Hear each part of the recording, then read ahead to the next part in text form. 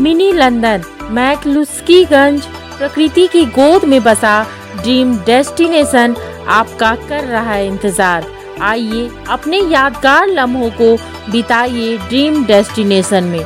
राजधानी रांची से महज 50 किलोमीटर दूर आपका अपना ड्रीम डेस्टिनेशन।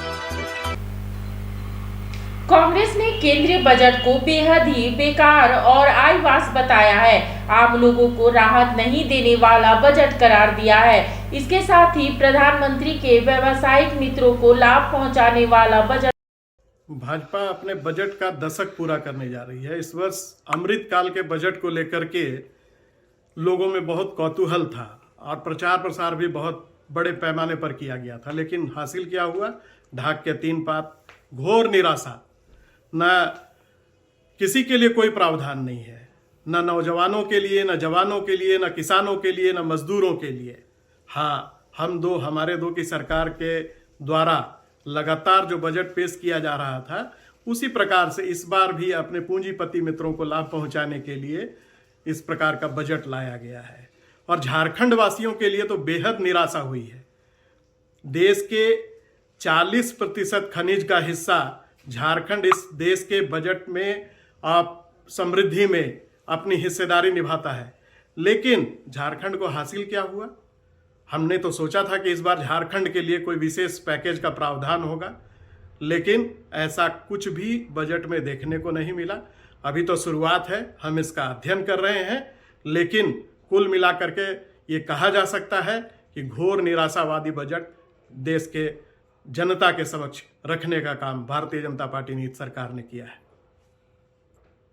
इनकम टैक्स में किया, जो आज के दिन में किसी का बच्चा अगर पढ़ने जाता है, पढ़ करके इंजीनियर, डॉक्टर, प्राइवेट जॉब करता है, तो 6 लाख 7 लाख रुपए उसका इनिशियल स्टार्टिंग सैलरी होता है। तो अगर उसको इनिशियल जो पढ़ लिख के 4 साल इंजीनियरिंग कर करके और MBA कर करके जाएगा, तो उसको कम से कम 10 लाख करें। और महिलाओं के लिए हर बार इनकम टैक्स में यूपीए के समय से अलग से प्रावधान रहता था, 1.5 लाख रुपये ज़्यादा रहता था कि महिलाओं को सशक्तिकरण करना है हमको, लेकिन वो महिलाओं के लेकर के भी कुछ नहीं है। तो हमको लगता है इस बजट में कुछ नहीं है, केवल एक। और अब बजट की उम्मीद भी क्या कर सकते निर्मला सीतारमण से? माफ़ कीजिएगा, आदरणीय महिला है नेत्री है, लेकिन उनसे जब इकोनॉमिस्ट से बात कीजिएगा, जब इकोनॉमिक की बात कीजिएगा, तो बजट में कहीं कुछ आपको नहीं दिखेगा। मुझको ये लगता है कि ये बजट दिखावा का बजट है, इलेक्शन की तैयारी के। एक अच्छा काम किए, 15,000 करोड़ रुपया आदिवासी क्षेत्र के विकास के लिए इन्होंने दिया है, 3 स्टेट के लिए, उड़ीसा, झारखंड और छत्तीसगढ़। 5-5 हज़ार करोड़ रुपया हम लोग मान के चलते हैं। मैं बोलता हूँ इसको आदिवासी के विकास के लिए आप जो बात कर रहे हैं, क्या अमित शाह अभी आएंगे साहेबगंज? क्या वो बताएंगे कि 23वां साल हमारा झारखंड प्रवेश कर रहा है, उस 23वें साल में आदिवासियों के हित के लिए जब उनकी सरकार 18 साल यहाँ पर थी, क्या काम किया है?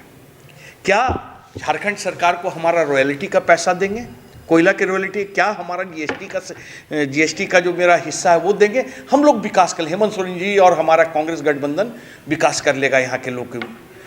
हमारी भावनाओं को आप समझिए। हमारे झारखंड के उत्थान किस लिए हुआ था, क्यों बनाया गया था झारखंड? कि हम यहाँ के गरीब गुरबा, हम आदिवासी मूलवासी के लोगों को कैसे करें। क्या कुटीर उद्योग लगाने की कोई चर्चा हुई पूरे देश में?